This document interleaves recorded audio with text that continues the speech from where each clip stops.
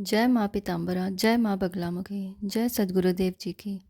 सामान्यतः सामान्य दृष्टि तो अधिकतर हम सभी को प्रदान की गई है, जिससे हम सब इस बाहरी दुनिया को देख सकते हैं और कहीं ना कहीं इस बाहरी दुनिया के मायाजाल में फंसते चले जाते हैं और ये भूल जाते हैं कि हमारा मूल अस्तित्व क्या है, हमारी पहचान क्या है, हमारा उद्देश्य क्या है, हमारे जीवन में परेशानियाँ क्यों हैं, उनका कारण क्या है, उनका निवारण कैसे होगा। और ये सभी बातें हमें एक दिव्य पुरुष, एक सच्चे सद्गुरु ही बता सकते हैं, क्योंकि वो अपनी साधना के बल से, अपनी तपस्या के बल से, अपनी दिव्य दृष्टि से ये सब पहले से ही देख लेते हैं और हमारे आकाशिक रिकॉर्ड्स को खंगाल के हमें सब बता देते हैं। और इन रिकॉर्ड्स को खंगालने का उद्देश्य यही जानना है कि हमारे जीवन में जो परेशानियां आ रही हैं उनका कारण क्या है, क्योंकि उनका कारण कहीं ना कहीं हमारे पास्ट से जुड़ा हुआ है और उसी पास्ट से हमारा भविष्य भी प्रभावित होता है। आकाशिक रिकॉर्ड्स एक तरह से हमें हमारी परेशानियों से बाहर निकालने का मार्ग दिखाते हैं और ऐसे कई पूर्वाभास मेरे सद्गुरु देव जी ने मुझे समय समय पर बताए हैं। माँ जगत जननी माँ पीताम्बरा मैया की असीम कृपा से और मेरे सद्गुरु देव जी के ढेरों आशीर्वाद फलस्वरूप माँ से जुड़े अनेकों अलौकिक और दिव्य अनुभव मुझे अभी तक की अपनी इस साधना की यात्रा शुरू करने के बाद और सद्गुरु देव जी से जुड़ने के बाद से होने शुरू हुए हैं। सद्गुरुदेव श्री रविंद्र प्रभु जी से मैं साल 2022 अक्टूबर माह में जुड़ी थी। पूज्य गुरु माँ देवी ज्ञानेश्वरी जी की वाणी सुनकर और वीडियोस में उनको जगदम्बा माँ का पूजन हवन करते देखकर मैं पूज्य गुरु माँ जी से बहुत प्रभावित हुई थी और उनको माँ का पूजन अर्चन करते देखकर मैं बहुत विस्मित और हर्षित होती थी। उस समय मैं अपने जीवन को लेकर बहुत ही ज़्यादा परेशान थी और ना जाने कितनी जगह पे दर दर भटक चुकी थी और ना जाने कितनी जगह से अपने आकाशिक रिकॉर्ड्स यानी भूत भविष्य वर्तमान का विश्लेषण भी करवा चुकी थी।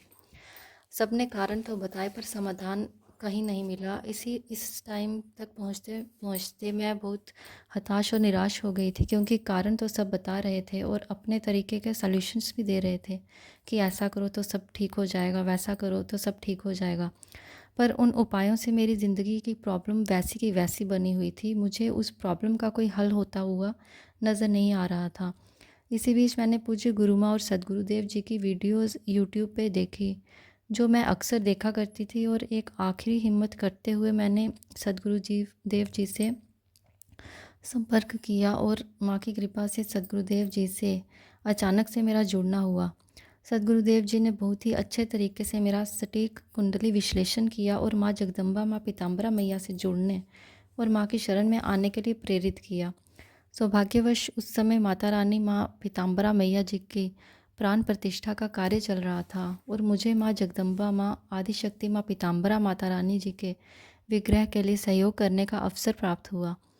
मैंने तो कभी जीवन में सोचा तक नहीं था कि मैया मुझे इतना बड़ा अवसर प्रदान करेंगी माँ की सेवा करने का। मैं बहुत बहुत ही ज़्यादा खुशकिस्मत हूँ और सौभाग्यशाली महसूस करती हूँ कि माँ ने इतने लाखों करोड़ों भक्तों की भीड़ में मुझे चुना, अपनी इस बच्ची को चुना। उस समय उस कार्य के लिए माँ की नज़र मुझ पर पड़ी, जिसने साल 2022 में ही माँ का नाम सुना था।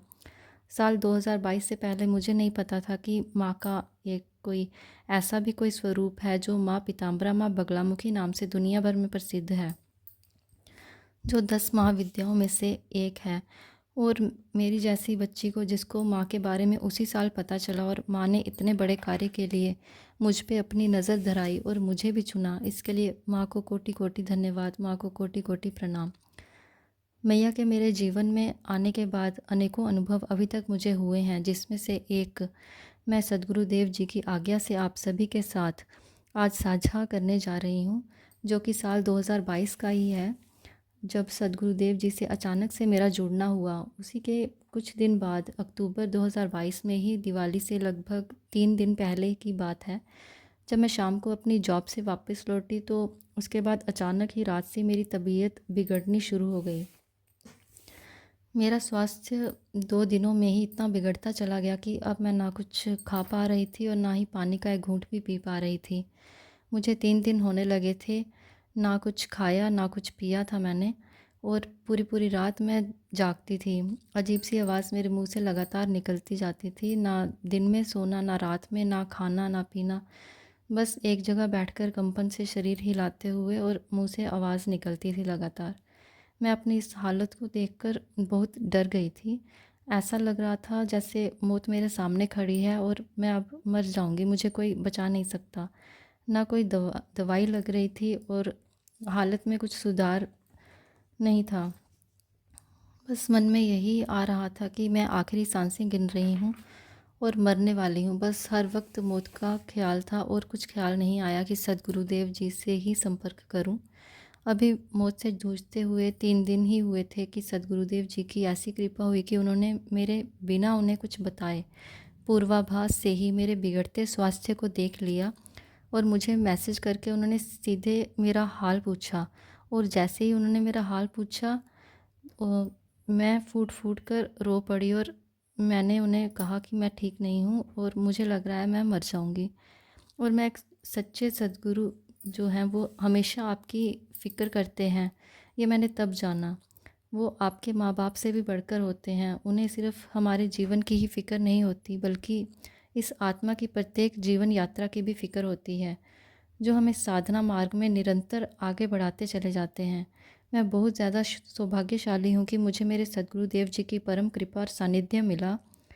सदगुरुदेव जी को जब मैंने अपनी बिगड़ती हालत बताई तो उन्होंने सबसे पहले मुझे डांटा कि मैंने इतने दिनों से उन्हें क्यों नहीं बताया, और ये भी बताया कि सदगुरुदेव जी ने पूर्वाभास से ही मेरे जीवन में अचानक आई शत्रु बाधा और उसी कारण से मेरे बिगड़ते स्वास्थ्य के बारे में देख लिया था, और उसी समस्या को पहले से ही जानते हुए उन्होंने मुझसे संपर्क किया। क्योंकि मेरी अभी तक गुरु दीक्षा नहीं हुई थी तो मेरे दिमाग में कुछ ऐसा आया नहीं कि मैं सदगुरुदेव जी से संपर्क साधूं और मदद मांगूं। लेकिन एक सच्चे सदगुरुदेव की नज़रें बहुत विलक्षण होती हैं, जो वो रोज़ के बेशक ढेरों लोगों से बात करते हैं, पर गुरु दीक्षा और शिक्षा वो समय आने पर उन्हीं को देते हैं जो उन्हें योग्य लगें। और शायद ही यही बात थी कि सदगुरुदेव जी से मेरा बिगड़ता स्वास्थ्य देखा नहीं गया और उन्होंने खुद से मेरे स्वास्थ्य के विषय में पूछा। और उसी रात वीडियो कॉल के माध्यम से सदगुरुदेव जी ने मेरे ऊपर हुई तंत्र बाधा का काट किया और मेरे अच्छे स्वास्थ्य के लिए माँ से प्रार्थना भी की और मुझे अच्छे से गाइड भी किया कि मुझे हॉस्पिटल में ऑब्जर्वेशन में रहना चाहिए। क्योंकि तंत्र बाधा तो सदगुरुदेव जी ने वीडियो कॉल के माध्यम से काट दी थी, लेकिन उसकी वजह से मेरे शरीर को फिज़िकली बहुत ही ज़्यादा क्षति पहुंची थी। तो उसकी भरपाई के लिए मुझे ऑब्जर्वेशन में रहना चाहिए, ऐसा सदगुरुदेव जी ने मुझे गाइड किया। और मैं अगले ही दिन सुबह सुबह हॉस्पिटल में एडमिट हो गई।